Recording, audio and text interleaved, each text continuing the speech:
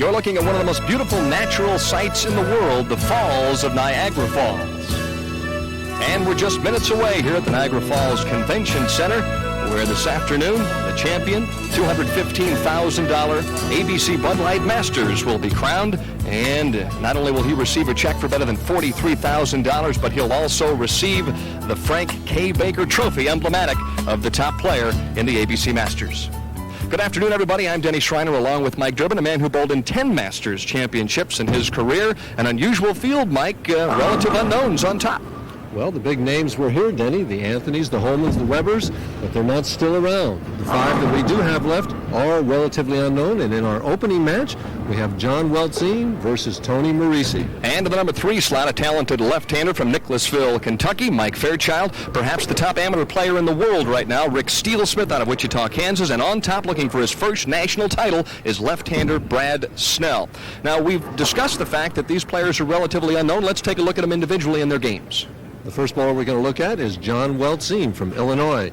John is a 5-step player, very quick steps, keeps the ball very straight, hits the pocket a lot, doesn't beat himself, has the most experience of anybody in the field today.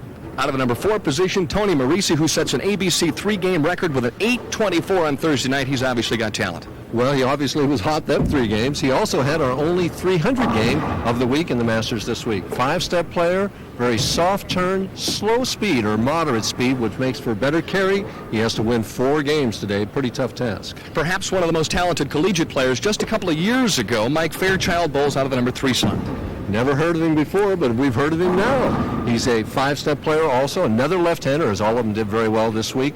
Kind of gets the swing a little behind his back, has a tendency to steer the ball a little bit, but he did very well this week. He wants to go on the tour. If he could win today, $43,000 would help him to be able to do that. The top collegiate player in the nation, Rick Steelsmith, will bowl out of the number 2 position. Unlimited potential for this youngster.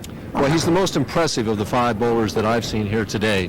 He's done everything on the collegiate level. He's the only non-PBA member in the field, really lifts it, plus he's accurate. Plus, he seems to be totally unafraid, Denny. Watch out for him today. That's right, the youngsters. They don't know what it's like to lose. And on top, Brad Snell, a player who has had some success in his career, but obviously if he wins today, well, it'll be history in the making. Well, he's won 8 PBA regional events, but never even made the top 24 in a national event. A 5-step player again, very deep knee bend there. Has put the ball in the pocket this week. He has a chance to win the ABC Masters crown and exemption into the Firestone. It's got to be his dream. Well, it's a match play tournament, and match play is, in essence, what we'll be going to in just a couple of moments. Here from Niagara Falls, New York, the finals of the $215,000 ABC Bud Light Masters. Stay tuned. And welcome back, everybody, to the Niagara Falls Convention Center. Denny Schreiner along with Mike Durbin, opening match. And there you see it. Tony Marisi will start the match, bowling out of the number 4 slot against John Weltzine. And we see that Weltzine leads by 29.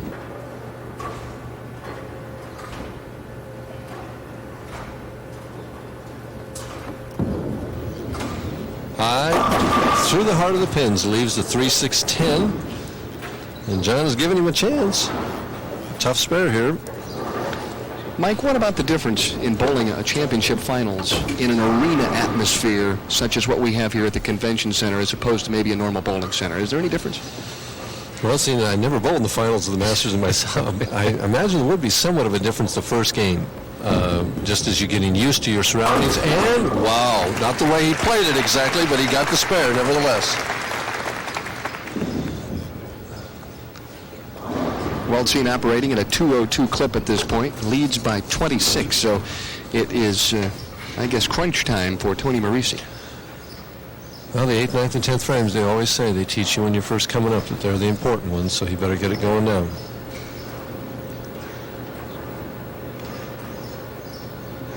Tony Marisi's lifetime earnings, $25,625. Highest previous finish in the Masters was 63rd last year in Las Vegas. And trips the 6 out there, keeps himself alive. Right now, in the 9th frame of this match, he's going to throw, all the next shots are going to be important, but this is the most important shot he's thrown all week right now, because if he doesn't strike right now, he virtually has no chance to win this match. If he strikes here, he not only sets himself up for the 10th frame, but he cuts that 26-pin lead down to 16. And he's also struggled just a touch on lane 27, the left-hand lane. Weltzine going at a 2:02 pace if he spur struck out, and Marisi, if he strikes out, can get 2:06.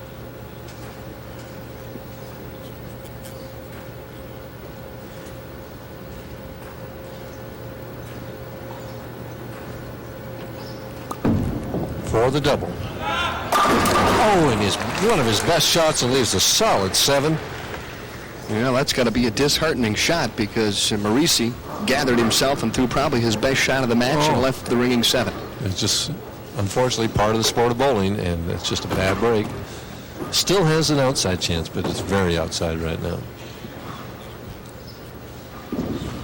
That's the game, the part of bowling that I guess drives all the professionals crazy, and the amateurs as well, probably. See these gray hairs here? You throw an absolutely perfect shot under pressure, and in a clutch situation, you end up having to make a spare. This is the shot that left the solid 7-pin. Marisi playing way outside the first arrow. The ball finishing hard. Watch your 4-pin, second from the left, as it whistles right around the 7 and never got close to it. It never got close to it.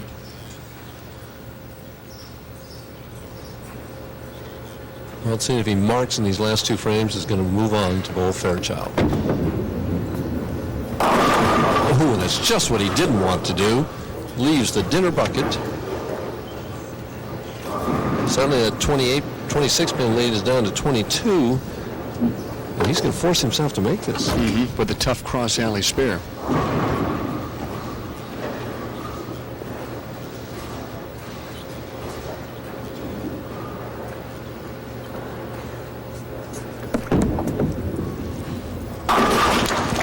Tremendous conversion. He switched balls and angles and shot it from the extreme left. That used to be a cross alley spare, but for the contemporary player now, Mike, many of those left side spares are shot from the left side. Well, especially when you have the opportunity for a chop, as we saw with Weltzine. We see the score there, as he's ahead by 22 pins. Basically needs, if he got 9 on the first ball, that would be enough. Tony Marisi obviously eyeing the huge ABC scoreboard. Knows what he needs to hang in there, and Weltzine would like to just slam the door on him right here. I said if he got 9, that'd be enough, but actually if he got 9 and missed the spare, we could have a tie. He needs to make this. He leaves the 2-4-5, and he needs to make this spare. See John lamenting a little bit to himself, realizing he pretty much had the match in hand, and now he's opened the door just a touch. Let's see if he switches balls again. He is. He's switching balls. Yeah, he just got practice on this spare with the 8-pin, which is tougher with the 8-pin, the frame before, so it should make it easier. He's shooting it from the left side again. If he makes this, he wins. If he misses, Marisi could strike out and win. And he's got it on the left. And he knew it all along as he breathes a sigh of relief. And there you see a dejected Tony Marisi. And there you take a look at the 2 opponents, and they'll be coming back here in game number 2. Stay tuned.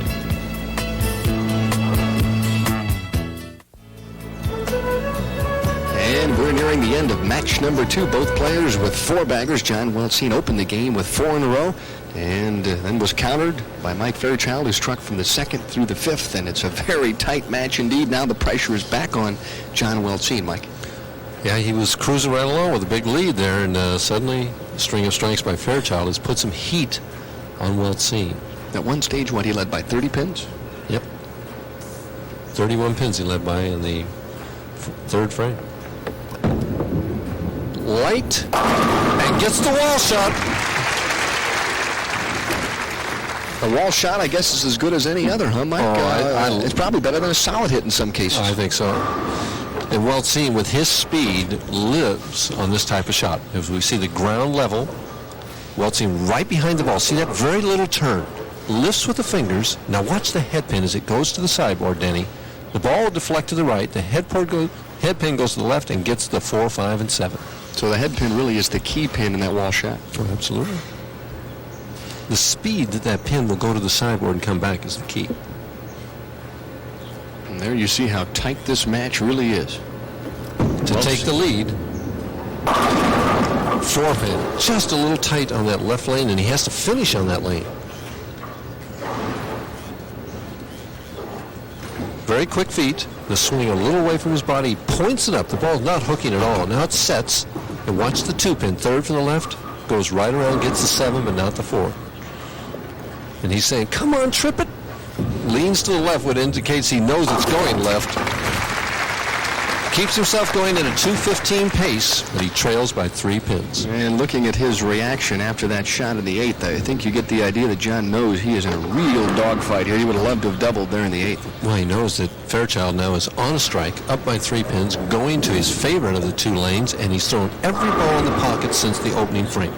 Mike Fairchild bowled in his first Masters last year, made the cut, finished in a tie for 33 through 48th place with a 1-2 match play record, looking for a big double here on the right-hand lane, and perhaps the speed got a little quick, and he's got himself a problem on the right side of the lane. Just didn't get through that shot like he had some of the others.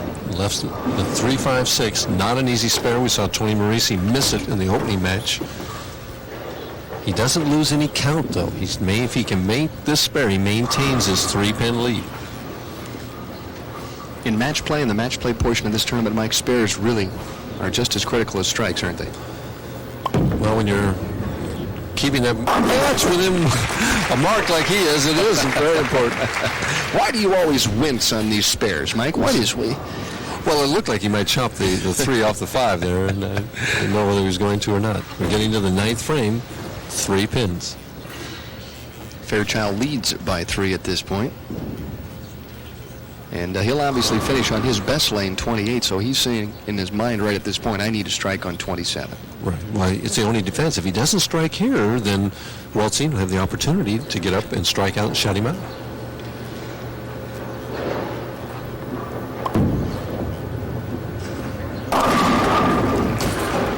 Good shot, but the 10-pin did not fall. And Weltzien, seemingly impervious to everything going on. I'd like to have a check of his heart rate right about now. He has a tendency to go up a touch, doesn't he? Are you saying it's like a duck? Is that what you're saying?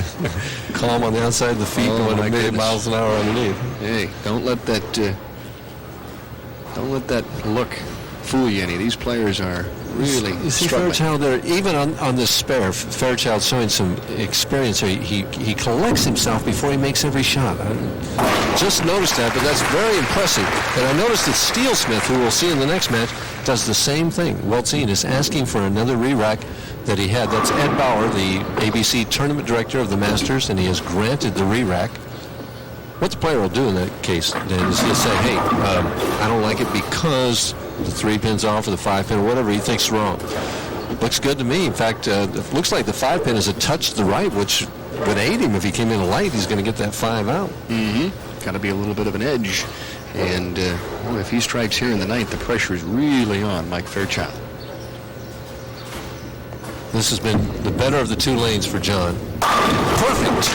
Well, that's a clutch shot in a very difficult situation, but John Weltzien has been making big shots all week long. You don't get to the finals of the Masters without really fine-tuning your game. We have all sorts of possibilities right now, Dan. We could have a win by Weltzien, a win by Fairchild. We could have a tie. A number of different things can still happen in this match. The situation is, though, 177 to 175 in the 8th frame. Fairchild is up by 2 pins, but Weltzien has the strike working, can take the lead with the first strike in the 10th frame, and he has not struck on this lane since the 4th frame. You hear the birds chirping above. For the double and the lead. He's there, and he carries. Big shot for John Weltzien, who has put himself in the driver's seat, and there you see Mike Fairchild, who was lamenting a little bit. He knew it as soon as he let it go, and he is running out from the word go. Running back saying, carry. Yeah. This one, though, wins it for sure. This locks it out if he strikes here. Mike mentioned the birds. There are a number of sparrows who have housed themselves here in the Niagara Falls Convention Center. You know, the way he ran that first one in the 10th out, I never like to see that so much because so many times you use up all that emotion on the first shot and you can't get yourself together for the second. We'll see if that happens to John. And this is the key that locks up the door. Come on. It didn't, though. He's got himself together. Well, John Weltzien putting the finishing touches on if he strikes. A 235 game. Weltzine already defeating Tony Marisi in the opening match, 195-176, as he continues to climb that ladder. And it's a tough break for Fairchild. He bowled well, the solid 7 in the 6th frame. Left a 10 pin in the 9th frame where he could have had a chance to get up and strike out and win his own match. But you got to hand it to Weltzine, boy. He started strong and finished strong. Kind of fell asleep a little bit there in the middle, but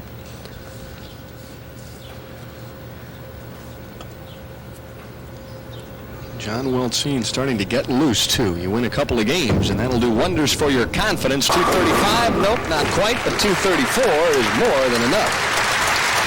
And here you see the handshake as Weltzine will advance, and boy, this next match will be a dandy against Rick Steelsmith. And welcome back to Niagara Falls. And there you see some of the players who didn't quite get to the telecast. Jimmy Pritt's just missing. Rod Pasteur is a good-looking young left-handed bowler. Mike Albee finished 17th. Janello. Gary Dickinson, a name from almost the past anymore. Ray Perez, another nice-looking young player. How about that 53-year-old Tita Semez playing with those youngsters, finishing 12th? And he bowled dynamite. I mean, he just didn't bowl any bad matches. He got beat when by some good bowling, or we'd be looking at him today. Weltzine looking for a double and an 11-pin lead on lane 28. We're in the semifinal match. Right there. Leaves the week 10. John's very animated. Every time he comes back from the approach, Mike, he seems to do something that basically describes what he did perhaps wrong on the last shot. Such a mental game, huh? You're always constantly trying to figure out what you've done right and what you've done wrong. Right. 1 pin, 59-58, both on spares, heading to the 5th frame. And the loser of this match is going to go away with a few dollars in his pocket, $20,000 or more.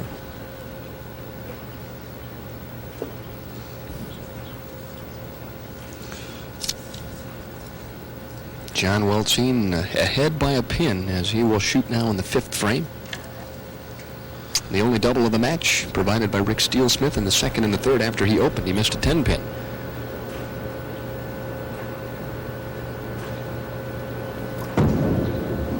High on the Brooklyn. Leaves the 6 pin. He'll settle for that on that shot. Mike, is it my imagination or is John Weltzine slowing down a little bit? Everything, in other words, each shot, he's slowing down a little bit. He's shaking that wrist, and I wonder, we had a reasonably long break between the 2nd and the 3rd game, and I wonder if that wrist is stiffened up and he can't get it loosened up again. At the 6 pin, no trouble.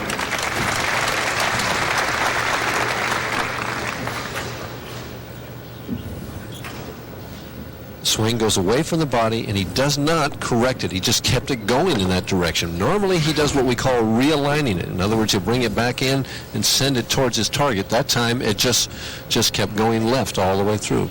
But he pulled it enough to get it over at least. Bowling has become such a physical game with the urethane, and you have to really hit that ball and try and hook it, and wrists and hands wear out much sooner than they used to, huh, Mike? They sure do. To even the match. Oh, what a pretty shot. Mike, I think the one thing you have to be most impressed about with Mr. Steelsmith is the fact that he's able to really arc that ball and get it to come back and hit on a tough condition. The high backswing. Look at the concentration of the eyes. The head very still, similar to Marshall Holman.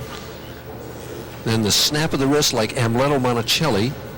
And the knee, pretty good bend right there. It comes up after he lets it go. And notice what he's doing right now. He did not get up there until he has thought through what he wants to do.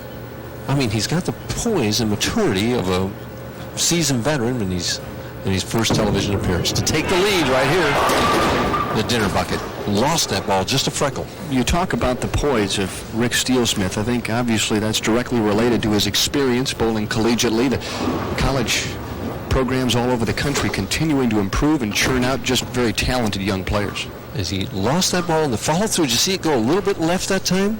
The ball doesn't quite get the turn and the revs that it needed to make it up to the 1-3 pocket. No, we've talked about the fact that John Weltzine has fast feet, but so does Rick Steelsmith, doesn't he? He does, but Steelsmith has that high backswing as opposed to Weltzine's.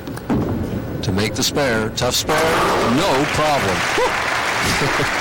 You're more impressed, I think, Mike Durbin, sometimes with the conversion of spares than you are with the strike shots. Well, those spares can be difficult. I mean, I know because I've missed a few of them. You never left the bucket in your entire career, did you? Yeah, a couple times. With all that hook? Yeah, right. Just kidding, Mike. A 3-time Firestone Tournament of Champions champion. He's the only player in the history of professional bowling to accomplish that. Hall of Famer. To even the match. High, trips the 7 out, but leaves the 4. The World team falls behind by a pin. Is it my imagination, Mike, or when you get to the semi-final game with the title game just above you, does your philosophy change a little bit?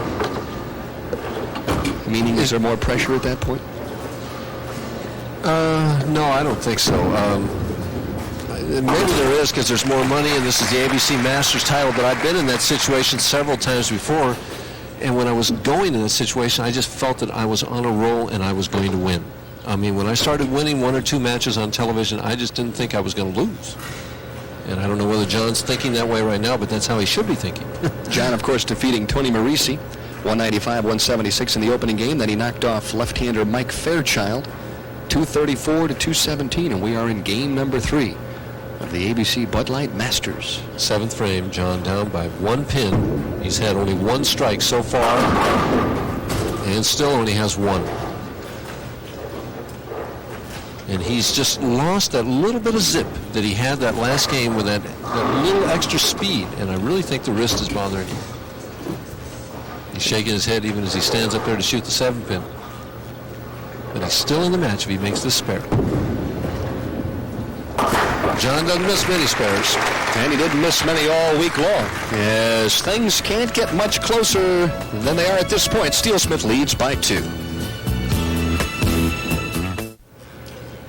And there you see 3 very prominent gentlemen concerning this championship. To your far left is Roger Tessman, then in the middle, Dave Brunette, sports marketing for Bud Light, and on the right, Ed Sweeney, the president of the American Bowling Congress. And I think all 3 of those gentlemen are enjoying the fact that we're here in Niagara Falls for the ABC Bud Light Masters Championship. Rick Steel Smith leads by 2, and he'll be shooting in the 7th frame on the right-hand lane.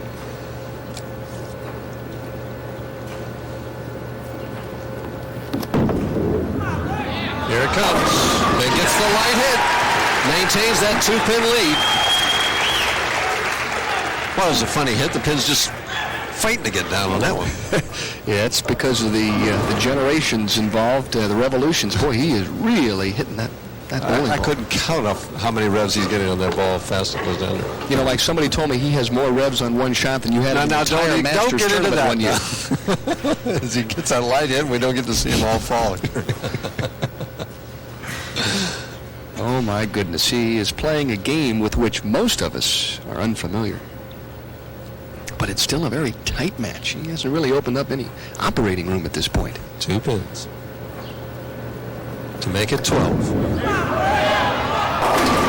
gets it.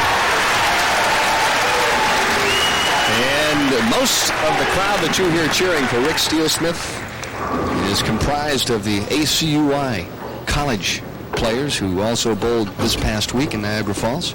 Now, John, during the commercial break, I mentioned to Ernie Schlegel, who's sitting right in front of us, the lanes were breaking down a little bit, and he was going to move a little bit, which I think is the wrong move. I really think that he should try and increase the speed, but he's out there. We'll see what will happen. He trails by 12 here in the 8th frame. Time is running out. He knew what he was doing. But with a high hard one, Mike, I think that's probably the hardest he has thrown the ball of the entire telecast. That's his game, though. See, the speed and straight shot, as he asked for a re-rack here in the 9th frame, the head kind of dips down the higher backswing right over about the 9th board with a lot of speed, and the ball doesn't hook at all. But look at the difference in the revolutions between his ball and Steel Smith's ball. But there are 12 pins difference in the match. We're in the 9th frame, and he's got to strike here. He can cut it to 2, and John knows that. I mean, John is an experienced player. He's getting himself together, and I really think he's going to make a good shot right here. John Weltzine re-racking on lane 27. And here in the 9th, needs a double.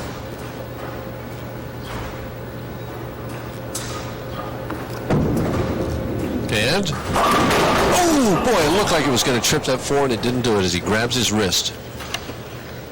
Well, tough situation right now. Very tough break indeed. As he goes just a little bit high, we watch the 2-pin, third from the left, goes to the sideboard. Looked like it was going to get both of them. Oh, I'm sorry, the 10-pin standing there too. I couldn't see that from my angle. Boy, he is in big trouble now. I think that's why he feels like that. Obviously, the worst break of the tournament. Tried to fit that ball in a little bit. And left with 410. And now only has a possible 194, Mike. From my angle, I couldn't see the 10-pin at all. It was obscured by the rack down there. Mm-hmm. Really, it didn't look like that bad a shot to me. Maybe a solid 4, okay, but without the 10-pin. So Rick Steelsmith in a commanding position right trying now. to seize the moment, as it were, looking for a 3-bagger. Up 24 pins can increase it to 34. And does. Possible 238 for the 22-year-old collegiate player of the year. And that locks it up right now. Basically, all he has to do is stay behind the foul line and keep the ball in the building.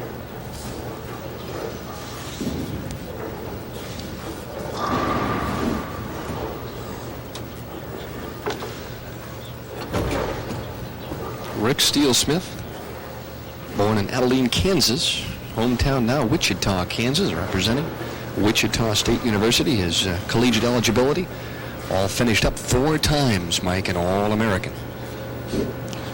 Pretty impressive bowling. And obviously a member of Team USA. He'll be competing in the FIQs. All right, he's about as loose as you can get right now, Mike Durbin. He's a dangerous player, and I'm sure that Brad Snell is standing by. He's in the number 1 slot, probably not envying the fact that he's going to have to come and play this right-hander. Well, he doesn't have to be what he's bowling now. He has to be what he bowls the next game. John Weltsey, we see, is going to finish up with $20,000. And add 600 for matches. And coming up in just a couple of moments, there you see Brad Snell. He'll take on Rick Steelsmith for the championship. And there you see the final of the last game, 237-184. An impressive victory for Rick Steelsmith, who threw 8 strikes in his opening game. And there you see the prize list. John Weltsey will finish third, win $20,600. The $600 coming courtesy of the 6 matches that he won. The loser of this match, no less than $26,000, and on top, Mike Durbin, $43,000. Not a bad payday. And here's the young gentleman who would like to collect that big paycheck. He's our top seed, 27-year-old Brad Snell, who John Weltsey tabs as the best regional player in the Midwest. And right now, a red-hot Rick Steelsmith, still in college, mind you, is bowling for the ABC Masters Championship. And I'm amazed here.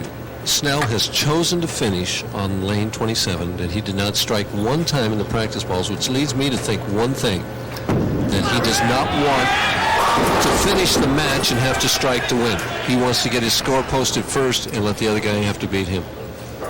Steelsmith with a good opening shot that leaves the half 10. Which he did last time and he missed it. See, I just think that Snell's in a defensive posture already, mentally and physically. Well, if you don't have a good shot, what are you supposed to do? You don't. You have to go with finish on the lane that you're hitting better. And I'm assuming he's going to hit the right lane better than the left, and maybe I'm wrong. Well, there you see him. It's a calculated risk. Steelsmith nailing the 10-pin in the first frame here of the championship game. Well, the kid appears to have no weaknesses. He's got the sound physical game with a lot of revs on the ball, makes his spares, seems to have the poise. There's no chinks in the armor here, I'll tell you. And he likes to play golf, which obviously raises the stock in my book. Puts him right on the tour automatically, doesn't it? Brad Snell on lane 28. Brings it in for the strike. Yeah, and I'll guarantee you he is breathing a little bit easier at this point. Boy, they had a tremendous match last night to find out who would be the top seed player, and Snell just hung in there and threw a big last game to nail down the top spot. Only averaged 207, but he won 6 consecutive matches, and that's the key. That's what the Masters is all about once you get into the match play portion of the tournament. Now, he never hit the 1-2 pocket in his practice balls on this lane. Might want to mention the fact that he qualified as a state representative, too, so he had to beat people in Illinois just to get to this tournament. And he must know what he's doing. It never fails, Mike. Every time you say something like that, they disprove your theory, which is great, though. We love to see it, right? Oh, hey. Brad Snell's a PBA member, and if he wins this particular tournament, he will win a 3-year exemption into the Firestone Tournament of Champions. Steelsmith, however, is not a PBA member. If he wins the tournament, there's no exemption. And Rick has already said, I will graduate in December and hopefully get my card and get everything in order, and I'll start the tour next January.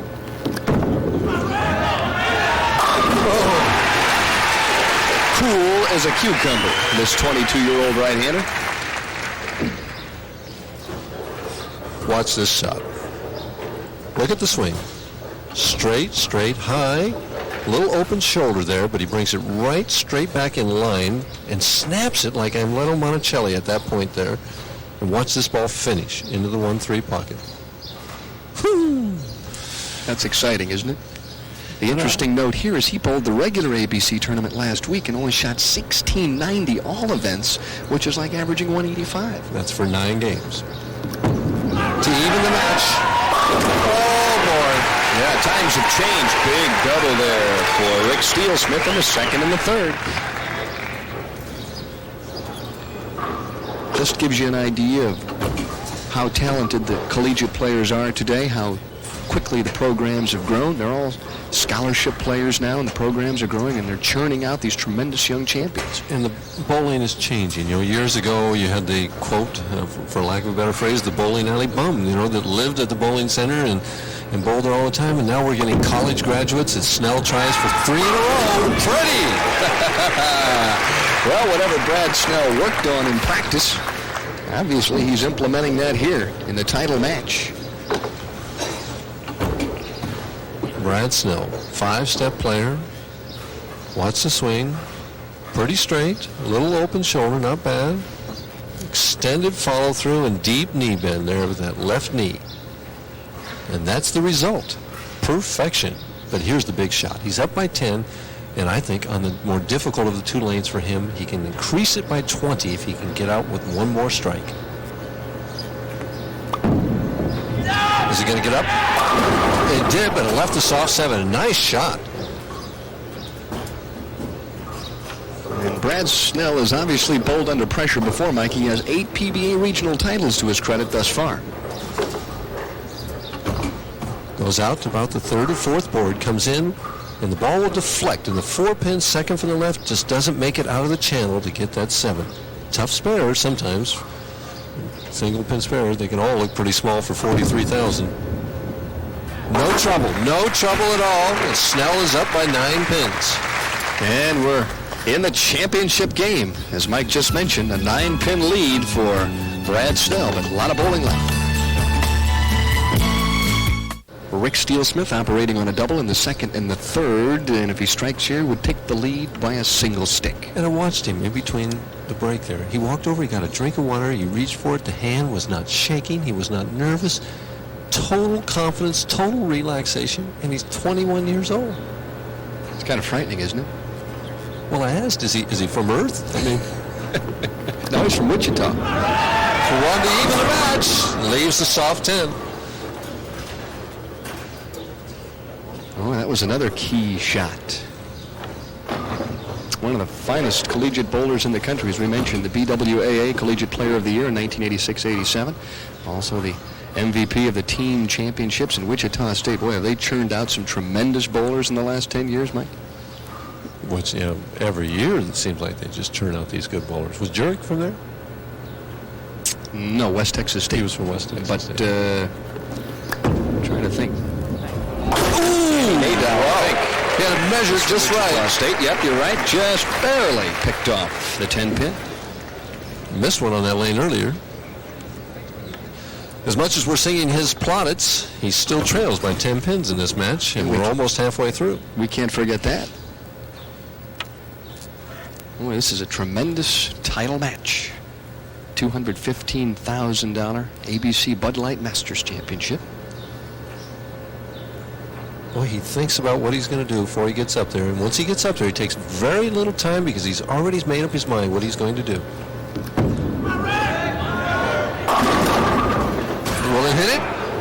Well, is the 10-pin up there this time? No, I can't quite say from here. I'm not going to make that mistake again. I know you're not leaning over. No, pretty solid shot there. You know, my dad used to say something. He used to tell me, Danny, get up on the approach and go bowl because you're not going to get up there and find it while you're up there. In other words, if you don't take it up there with you, you're not going to find it anywhere. We don't want slow bowling either, right, Mike? Make up your mind, go up and throw the shot. Speaking from one of the more speedy bowlers, yeah. Yeah. Right. Watching you was like an egg timer, remember that? But how can you argue with success? I guess everybody's got their own speed, don't they, Mike, the way they operate? Right. You know, some people take a lot of time on the approach. The problem is you take a lot of time getting there and then take a lot of time once you're there. Now leading by 11 pins, 5th frame. He's still in this match, ahead by 11. Brad Snell said his lifetime dream is to win a national championship, and he said, you know what, the ABC Masters is definitely that. Pretty. Boy, that 8-pin stood there for or I should say the 9-pin maybe stood there for a second or so. He's had every ball in the 1-2 pocket, and he did not throw one in the pocket in the practice shots. It just amazes me. See, he ambushed him, though, Mike. That's the old fake out. Is that the fake out? Sure, you faked me out, I'll tell you. You get the other guy overconfident, then you come out and flush the first 5. Well, he can take a 21-pin lead and really put some heat on this young college player right now. Brad is a pro shop operator in Des Plaines, Illinois, just outside of Chicago, so he lives about 10 minutes from O'Hare Airport.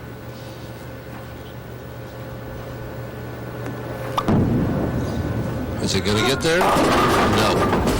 The 3.59.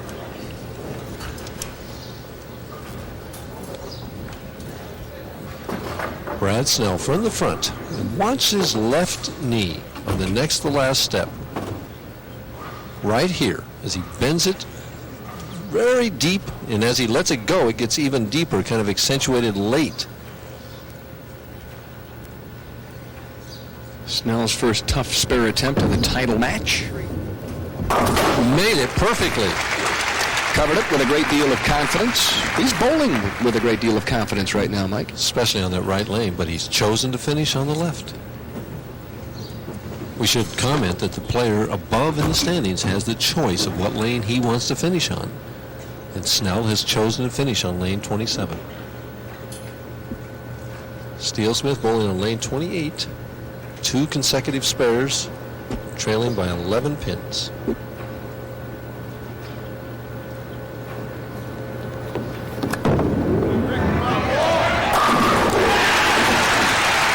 That's sheer power because that ball hit in about the middle of the pocket and just slapped that 10 right out. That's the old half pocket hit and slaps that weak 10 out, and you can tell when the player has that good finger lift, that's what happens at that particular point. When you don't have it, the 6-pin lays in the channel and doesn't make it out. We've already mentioned that Rick will be participating on the USA team in the FIQ World Championships June 17th through the 13th in Helsinki. And he'll also represent the U.S. in the Tournament of the Americas in Miami in August. That's a finish up. That's a tally bowl in Helsinki, right? Yep. Finish up a brilliant collegiate career, amateur career, and then turn professional. This one's got to hurry, and it does as he reaches deep down, got a few more revolutions, and that's a key double in the 6th and the 7th. The high backswing, the finger lift at this point, and wrist turn. As the ball comes in light, watch the head pin, go to the sideboard, and clean out. That 4-5-7, his head got in the way, but it's that same old hit we've seen time and time again. You watched it till the bitter end, too. And it's a 1-pin match right now. Snell leading by a pin. I don't know about you, Mike, but I'm starting to get a little nervous. Oh, boy, he got that lane wired. Apparently, these 2 young gentlemen aren't too concerned about the lights or anything else right here. Right now, Brad Snell's only concerned with lane 27 because he is just drilling lane 28. Leads by 1, strike in the 7th. And really, this is a big, big shot. They all are. We always say that. But in the 8th, this key double puts the pressure back on Steele Smith. Right. The lead is 1 pin, and he can ensure himself of staying ahead at least for another frame or so, if he can strike here.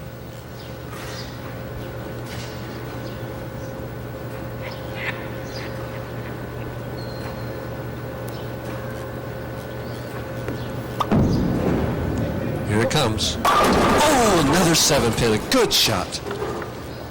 Boy, he threw that ball well. It just finishing a little late on lane 27. He has had one strike on 27, and that was that light hit in the second frame. And again, he's playing an extreme outside angle out around the second or third board. The ball comes in late behind the head pin, and the 4-pin, second from the left, goes to the sideboard and lays down. Boy, it just missed that 7-pin. The left-hand lane, the ball seems to be hanging just a touch for the left-handers, and that normally spells corner pin, doesn't it, Mike? Yes. Tough spell, makes that 7-pin, maintains a 1-pin lead. That could all change, though, with this key shot for Rick Steelsmith in the 8th as he works on a double right now.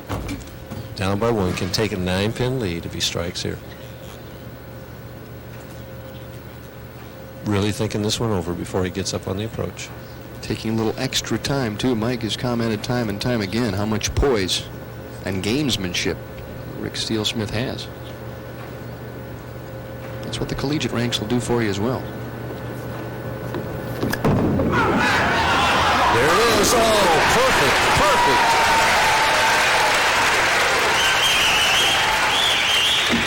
Woo! How can you do that at 21 for $43,000? Well, the reason why is because he's a business management major, and he understands what money's all about, Mike. It does, Come on, he said. Yeah. Up by 9, can increase it to a commanding 19-pin lead with one more here. He's had every ball in the 1-3 pocket throughout this match. And threw 8 strikes in the semifinal game.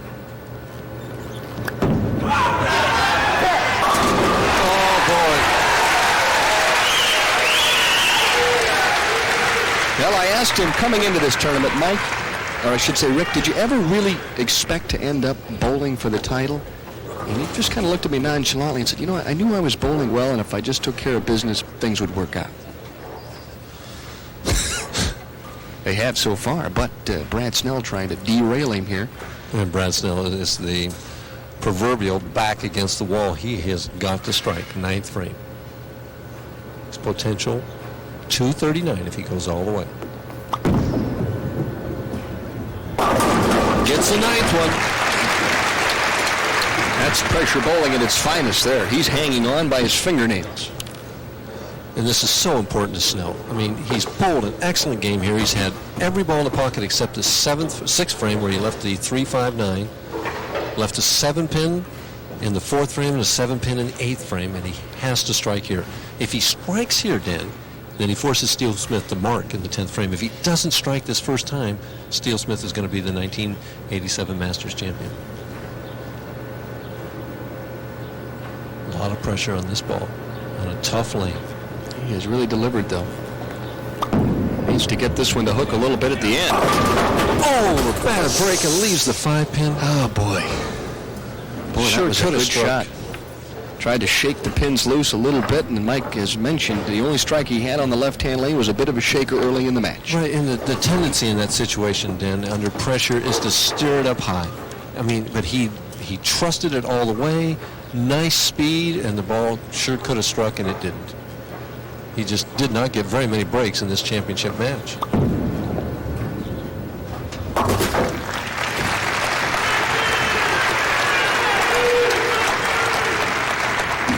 This is the one he had to have to stay in the match, and he really sent it out wide, and it came roaring back at the end. Watch the head pin go to the wall.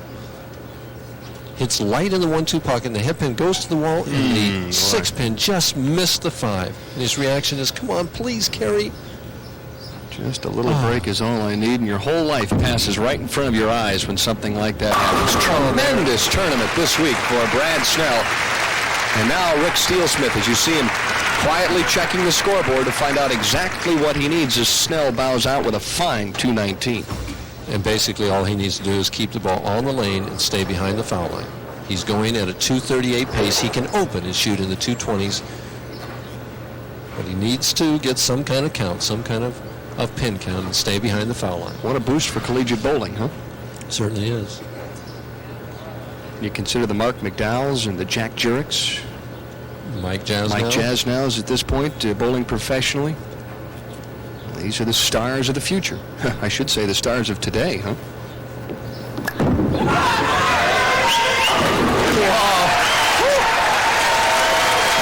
As Rick Steelsmith finally now realizing that he has just captured the ABC Bud Light Masters, and he is drained, believe me, his chance of USA come rafting down from upstairs.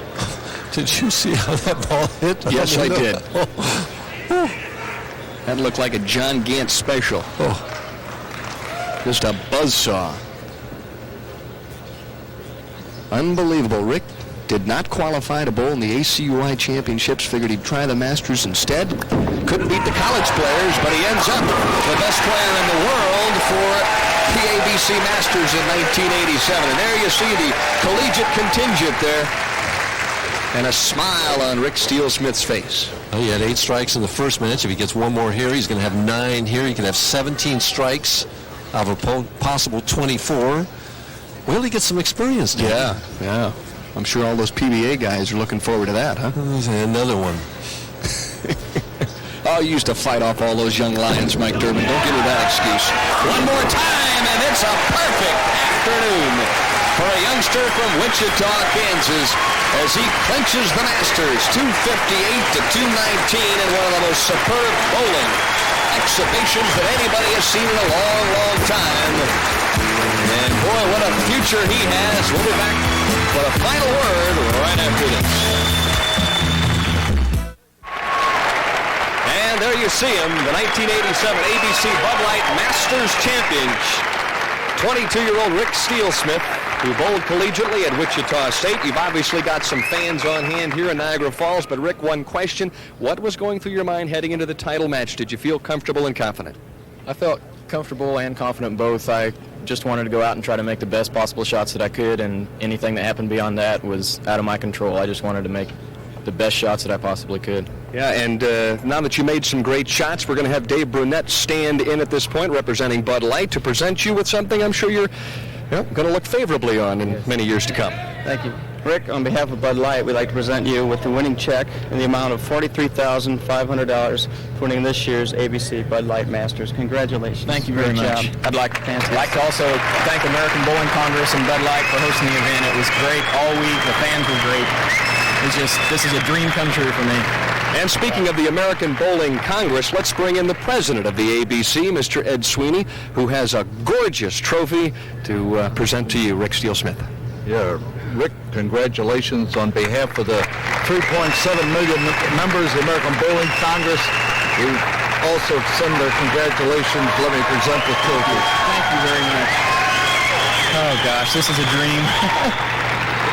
He's obviously very excited. Thank you very much, Ed Sweeney. An outstanding tournament. Let me bring in Mike Durbin. Mike, your thoughts about a 22-year-old kid coming in and winning the Masters? Well, we watched him play last night, and we knew that this young man was going to be a potential winner today. He came out and did it today. I have one question for you. Are you really as calm as you appear to be? No. I was trying to fight off the nerves the whole time. I went over and during the breaks and tried to take some drinks and couldn't even get the glass to my mouth. So, God, I was nervous, that's for sure. Well, I know you were a business manager or a management major at Wichita State, but you might start to move to the accounting at this point because you've got a lot more money on your hands. Yeah. Hopefully I'll be able to get enough out of this to go ahead and sponsor myself. I'm planning on starting on the tour in January. And this will be a good start. Hopefully I can go ahead and do it on my own. And, of course, you'll be participating as a member of Team USA in the FIQ Championships coming up just a couple of weeks in Finland. Exciting tournament. Mike Durbin, thanks for your commentary here this afternoon. Our champion of the 1987 ABC Bud Light Masters Championship, 22-year-old Rick Steelsmith out of Wichita, Kansas. And goodbye, everybody. From Niagara Falls, this has been a presentation of Bud Sports through the facilities of ESPN. Congratulations. It's outstanding. You were great.